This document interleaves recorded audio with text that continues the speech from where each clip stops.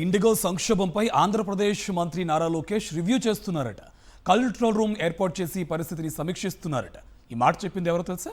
TDP అధికార ప్రతినిధి ఓ national TV డిబేట్లో అసలు పౌర విమానయాన శాఖను పర్యవేక్షించడానికి నారా లోకేష్ ఎవరని హోస్ట్ ప్రశ్నించడంతో టీడీపీ ప్రతినిధికి గొంతులో వెలక్కాయ పడినట్టయింది. దీనికి సంబంధించిన వీడియో ప్రస్తుతం సోషల్ మీడియాలో వైరల్గా మారింది. అతి చేయబోయి కేంద్ర మంత్రి రామ్మోహన్ నాయుడు పరువు తీశారంటూ నెటిజన్లు సెటర్ వేస్తున్నారు.